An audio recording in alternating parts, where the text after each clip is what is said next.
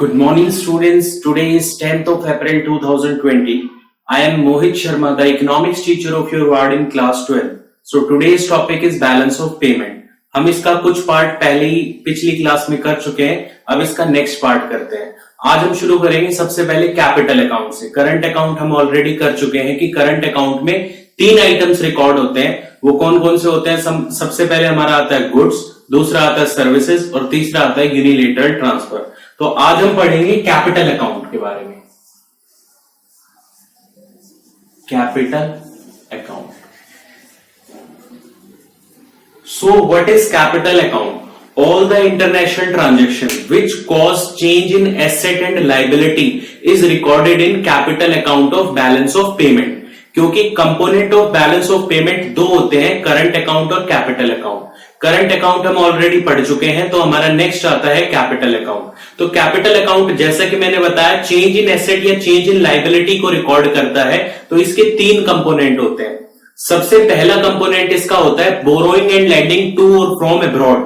अगर मैं किसी से उधार लूं या किसी को उधार दूं तो इसकी वजह से एसेट या लायबिलिटी में चेंज आता है। सबसे पहले बात दिमाग में ये जरूर रखना है, अगर मैंने किसी से पैसा उधार लिया इट मींस मैं बोरोवर हूं, तो वो मेरी लायबिलिटी है, वो मेरा कर्जा है। लेकिन अगर मैं किसी को उधार दे रहा हूं तो वो मेरा एसेट है। इस बात को ध्यान रखना। अगर मैंने किसी को उधार दिया that is my asset and अगर मैंने किसी से उधार लिया that is my liability. So borrowing and lending to और फ्रॉम अब्रॉड इट मींस अगर हमने किसी foreign bank, world bank, foreign country या किसी से भी उधार लिया तो उसको बैलेंस ऑफ पेमेंट अकाउंट में किस साइड रिकॉर्ड किया जाएगा? Credit side. बेशक हमारी लायबिलिटी बढ़ी लेकिन हमारे देश में पैसा आया, और जिस भी ट्रांजैक्शन की वजह से पैसा हमारे देश में आता है उसको हम किस साइड रिकॉर्ड करते हैं? Credit side. उसके बाद अगर मैंने पैसा किसी को उधार दिया, मतलब किसी भी फॉरेन कंट्री को उधार दिया, तो वो हमारा एसेट को बढ़ा रहा है लेकिन उसकी वजह से हमारे देश से पैसा जा रहा है, तो इसका मतलब उसको किस साइड रिकॉर्ड करेंगे? डेबिट साइड रिकॉर्ड करेंगे। तो हमारा पहला आइटम आता है बोरोइंग एंड लेंडिंग टू और फ्रॉम अब्रॉड। दूसरा आइटम हमारे पास कौन सा आता है? दूसरा आता है इन्वेस्टमेंट टू या फ्रॉम अब्रॉड। या तो हम इन्वेस्टमेंट करेंगे या फॉरेन कंट्री इन्वेस्टमेंट करेगी। पहले हम टाइप ऑफ इन्वेस्टमेंट पढ़ते हैं। अगर हम फॉरेन सेक्टर के साथ इन्वेस्टमेंट करते हैं, there are 2 type of investment. One is foreign direct investment जिसको हम एफडीआई बोलते हैं, and second is portfolio investment. तो व्हाट इज एफडीआई? अगर मैं किसी एसेट में, किसी दूसरे देश के एसेट में इन्वेस्ट करूं, फिजिकल एसेट, लैंड, बिल्डिंग, ये सारी चीजों में इन्वेस्ट करूं, तो वो मेरा एफडीआई होता है, फॉरेन डायरेक्ट इन्वेस्टमेंट होती है। चाहे दूसरा देश हमारे देश में करे चाहे हम उनके देश में करें, तो वो हमारा फॉरेन डायरेक्ट इन्वेस्टमेंट होता है। लेकिन अगर हम किसी दूसरे देश के शेयर, स्टॉक, डिबेंचर, बॉन्ड, ये सारी चीजें खरीदते हैं, या दूसरा देश हमारे शेयर, स्टॉक, डिबेंचर, बॉन्ड, ये सारी चीजें खरीदता है, तो उसको हम कहते हैं पोर्टफोलियो इन्वेस्टमेंट। अगर हमने किसी दूसरे देश में, दूसरे देश के एसेट में इन्वेस्ट किया इट मींस हम पैसा वहां देंगे, तो इस आइटम को डेबिट साइड रिकॉर्ड करेंगे। और अगर दूसरा देश हमारे देश में इन्वेस्टमेंट करता है तो इसको हम क्रेडिट साइड रिकॉर्ड करेंगे। तो ये आता है हमारा इन्वेस्टमेंट टू और फ्रॉम अब्रॉड। थर्ड आइटम आता है हमारा चेंज इन रिजर्व। ये रिजर्व सबसे पहले आरबीआई के पास जो रिजर्व होता है, इसके पास ये गवर्नमेंट के बिहाफ पे रखता है। एक तो अपने माइंड में ये मत सेट कर लेना रिजर्व मतलब कैश। यहां पर रिजर्व मतलब गवर्नमेंट की सिक्योरिटीज है, शेयर, स्टॉक, डिबेंचर, ये सारी चीजें जो किसके पास है? आरबीआई के पास है। तो अगर इस रिजर्व में चेंज आएगा तो उसको भी बैलेंस ऑफ पेमेंट के कैपिटल अकाउंट में रिकॉर्ड किया जाएगा। कैसे? अगर हमने गवर्नमेंट ने अपनी सिक्योरिटीज को बेच दिया it means decrease in reserve हो गया। सिक्योरिटी स्टैंड फॉर, जो रिजर्व है वो क्या है? हमारा सिक्योरिटीज है। तो वो reserve in terms of security decrease हो गया, लेकिन उसकी वजह से पैसा हमारे देश में आ जाएगा, तो उसको किस साइड रिकॉर्ड करेंगे? Credit side. अगेन मैं बताता हूं, जो रिजर्व होता है वो सिक्योरिटीज है, ना कि कैश में रिजर्व बनाया है। आरबीआई ने गवर्नमेंट के बिहाफ पे रिजर्व बनाया इन टर्म्स ऑफ सिक्योरिटी। तो अगर वो सिक्योरिटी का रिजर्व कम हो गया, मतलब गवर्नमेंट ने कुछ सिक्योरिटी फॉरेन कंट्री को बेच दी, तो हमारे देश में पैसा आएगा, तो उसको हम क्रेडिट साइड रिकॉर्ड करेंगे। और सेकेंडली, अगर हमारे देश की कंट्री ने, हमारे देश के आरबीआई ने गवर्नमेंट के बिहाफ पे दूसरे देश की सिक्योरिटीज खरीद ली तो रिजर्व बढ़ जाएगा, तो उसको हम डेबिट साइड रिकॉर्ड करेंगे। तो increase in reserve is recorded in debit side and decrease in reserve is recorded in credit side of capital account. Okay, तो ये हमारा कैपिटल अकाउंट के कंपोनेंट थे। उसके बाद हमारे दो आइटम्स आते हैं, ऑटोनोमस आइटम और एकोमोडेटिंग आइटम। नाम से ही क्लियर है, ऑटोनोमस इट मींस फ्री, मतलब autonomous item are those transaction which are conducted for the motive of profit maximisation. मतलब वो ट्रांजेक्शन जिसका मोटिव, जिसका ऑब्जेक्टिव हमारा प्रॉफिट मैक्सिमाइजेशन होता है, उसको हम कहते हैं ऑटोनोमस ट्रांजेक्शन। अब कैसे हमें पता चलेगा? फॉर एग्जाम्पल, अगर मैंने किसी से उधार लिया लेकिन बिजनेस करने के लिए लिया, तो वो मेरा कौन सा आइटम है? ऑटोनोमस आइटम है ये, क्योंकि मेरा मोटिव क्या है? Profit maximisation.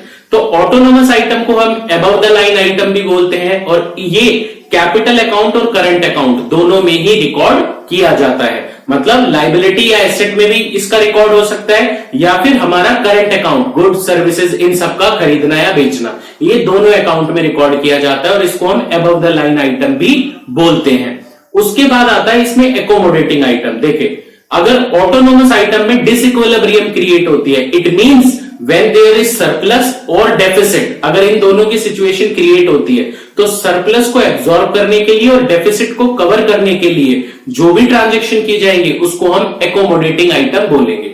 All the transaction which are conducted due to disequilibrium created by autonomous transaction is called accommodating item या accommodating transaction. These are also known as below the line item, and only capital account should be considered in this type of transaction. मतलब capital account ही यहां पर capital account की transaction को ही यहां पर record किया जाता है, करंट अकाउंट की ट्रांजैक्शन को रिकॉर्ड नहीं किया जाता। ये होता है हमारा एकोमोडेटिंग और ऑटोनोमस आइटम। इसके बाद आता है हमारा डेफिसिट और disequilibrium. Disequilibrium is a situation when debit side item is not equal to credit side item और credit side item is not equal to debit side item. when debit side item exceeds credit side item or credit side item exceeds debit side item, it means there is a situation of surplus or deficit. या तो हमारे surplus है या deficit है। Surplus मतलब दूसरे देश से पैसा हमारे पास ज्यादा आ रहा है एज कंपैरिजन टू जितना जा रहा है, ठीक है। या फिर डेफिसिट है, इट मींस दूसरे देश के पास हम पैसा ज्यादा दे रहे हैं एज कंपैरिजन टू जितना हम वहां से पैसा रिसीव कर रहे हैं। तो ये हमारी डिसइक्विलिब्रियम सिचुएशन होती है। हम डेफिसिट को थोड़ा डिटेल में पढ़ेंगे, क्योंकि डेफिसिट की इंप्लीकेशन हम बजट के चैप्टर में पढ़ते हैं। तो यहाँ पे डेफिसिट का रोल थोड़ा सा ज्यादा इंपॉर्टेंट हो जाता है कि भाई डेफिसिट किस कारण से अराइज होती है। बस एक बात को दिमाग में बैठाकर रखना, किसी भी रीजन की वजह से अगर हमारा इंपोर्ट एक्सीड होता है तो उसकी वजह से डेफिसिट अराइज होती है। For example, there are so many factors are there, economic factor are there, social factor are there, demonstrative factor are there, so many factors are there, जिसकी वजह से, जैसे अगर साइक्लिक फ्लक्चुएशन, हमारे देश के गुड्स डिमांड पूरा नहीं, डोमेस्टिक डिमांड को पूरा नहीं कर पा रहे, तो हमारे पास ऑप्शन क्या बचता है? हम फॉरेन कंट्री से इंपोर्ट करें, और जैसे ही हम इंपोर्ट करेंगे, ज्यादा इंपोर्ट करेंगे तो क्या अराइज हो जाएगा? डेफिसिट अराइज हो जाएगा। उसके बाद टेस्ट एंड प्रेफरेंस, अगर हमें फॉरेन के, हम जैसे कि जनरली अगर आपका बर्थडे आता है, कभी भी कुछ भी आए, तो हम क्या कहते हैं? पापा लिवाइस की पैंट दिला दो, रिबॉक के शूज दिला दो। तो बेसिकली वो हमारे कौन से हैं? दूसरे देश के प्रोडक्ट हैं जिनको हम कंज्यूम करते हैं। एप्पल फोन हो गया, वो हमारे देश का नहीं है। वीवो हो गया, ओप्पो हो गया, हम इंडियन मार्केट की बजाय फॉरेन मार्केट का टेस्ट एंड प्रेफरेंस ज्यादा रखते हैं, जिसकी वजह से हमारे देश में डेफिसिट अराइज होती है। So it's my advice to use Indian product as comparison to foreign product, क्योंकि अगर आप डोमेस्टिक प्रोडक्ट को कंज्यूम करोगे तो हमारी इकोनॉमी को फायदा होगा, और अगर आप फॉरेन के प्रोडक्ट को कंज्यूम ऐसे ही करते रहे तो हमारे देश को एक भारी नुकसान झेलना पड़ सकता है या पड़ रहा है। फॉर एग्जाम्पल, जैसे चाइना से हम जब भी दिवाली होती है या कोई भी फेस्टिवल होता है, हम चाइना से इतना माल मंगाते हैं, लेकिन वो माल ज्यादा दिनों तक नहीं चलता। फिर भी हम वहां के इसलिए क्योंकि we are price sensitive buyer. So हम, ऐसा नहीं है कि आप क्वालिटी मत देखो, लेकिन अगर आपको उतने ही प्राइस में इंडियन प्रोडक्ट कंज्यूम करने को मिल रहा है तो आप इंडियन प्रोडक्ट को प्रेफरेंस दो ओवर फॉरेन प्रोडक्ट, बिकॉज इससे हमारी डोमेस्टिक इकोनॉमी मजबूत होती है। Small scale industry, so many industries are there, अगर आपको उनको मजबूत करना है तो आपको डोमेस्टिक प्रोडक्ट को कंज्यूम करना ही पड़ेगा। तो ये कुछ इकोनॉमिक फैक्टर थे जिसकी वजह से हम इंपोर्ट ज्यादा करते हैं ओवर एक्सपोर्ट। हम ज्यादा से ज्यादा जितना ज्यादा इंपोर्ट करेंगे उतना ही ज्यादा क्या अराइज होगी, डेफिसिट। उसके बाद सोशल फैक्टर कौन से हैं, political instability. It means in every 5 year हमारे देश की गवर्नमेंट बदल जाती है। द रूल्स, पॉलिसी एंड जितनी भी हमारी जो भी चीजें गवर्नमेंट की होती है वो हर 5 साल बाद चेंज हो जाती है। फॉर एग्जाम्पल, जैसे कि अगर पहले कांग्रेस की सरकार थी, 2004 से लेकर 2014 तक कांग्रेस की सरकार थी, तो उनके टाइम में महंगाई का जो लेवल था या जो भी चीजें थी, प्रॉपर्टी का दाम था बहुत पीक लेवल पे था। और आज के टाइम में मोदी की सरकार में प्रॉपर्टी के रेट डाउन चल रहे हैं। तो वो गवर्नमेंट की पॉलिसीज की वजह से ही चलते हैं। तो हर गवर्नमेंट की अपनी अपनी पॉलिसी होती है जिनकी वजह से हमारा फॉरेन ट्रेड क्या करता है, अफेक्ट करता है। क्योंकि कस्टम ड्यूटी, एक्साइज ड्यूटी, इनमें अगर चेंज आएगा तो इंपोर्ट और एक्सपोर्ट डेफिनेटली क्या होगा, अफेक्ट होगा। डेमोन्स्ट्रेशन इफेक्ट क्या होता है, जैसे अगर मेरे पास रिसोर्सेज नहीं है, मेरे पास कपड़े नहीं है, लेकिन दूसरा बंदा अच्छे कपड़े पहन रहा है, मुझे भी अच्छे कपड़े पहने और मैं किसी से उधार लेकर सिर्फ दिखावे के लिए उन कपड़ों को वियर करता हूं, तो इट मींस मेरी फैमिली में क्या राइज होगी, डेफिसिट, क्योंकि मैंने किसी से उधार लिया। अब उधार लेने की वजह से क्या राइज हो रही है, डेफिसिट। वो डेमोन्स्ट्रेशन दिखावा होता है। कुछ कंट्रीज ऐसी होती हैं जैसे पाकिस्तान हो गया या फिर कोई भी ऐसी कंट्री, अगर दिखावे के तौर पे अपनी कंट्री को ये दिखाए कि भाई हाँ हमारे देश में सारी सर्विसेज है, उनके पास हो चाहे ना हो वो अलग एस्पेक्ट है, लेकिन फिर भी दिखावे के तौर पर अगर वो ऐसा दिखाते हैं तो ऑटोमेटिकली उनकी कंट्री में डेफिसिट अराइज होगी। जो आज के टाइम में पाकिस्तान आप देख रहे हो, पाकिस्तान में कई लाख करोड़ की डेफिसिट अराइज हो चुकी है। जो चाइना वहां पर जमीन एक्वायर करने ही वाला है। अगर आपको इकोनॉमिक्स पढ़ोगे तो आप धीरे धीरे आपको पता चलेगा किस तरीके से चाइना अपना जो एरिया है पाकिस्तान का उसको ग्रैब करने की कोशिश में लगा हुआ है। उनको कर्जा दे देकर उनके एरिया को ही ग्रैब करने की कोशिश करने वाला है वो। तो इस तरीके से हम इस टॉपिक पर नहीं जाते, हम यहां पर आते हैं कि भाई डिसइक्विलिब्रियम में डेफिसिट कैसे अराइज होती है।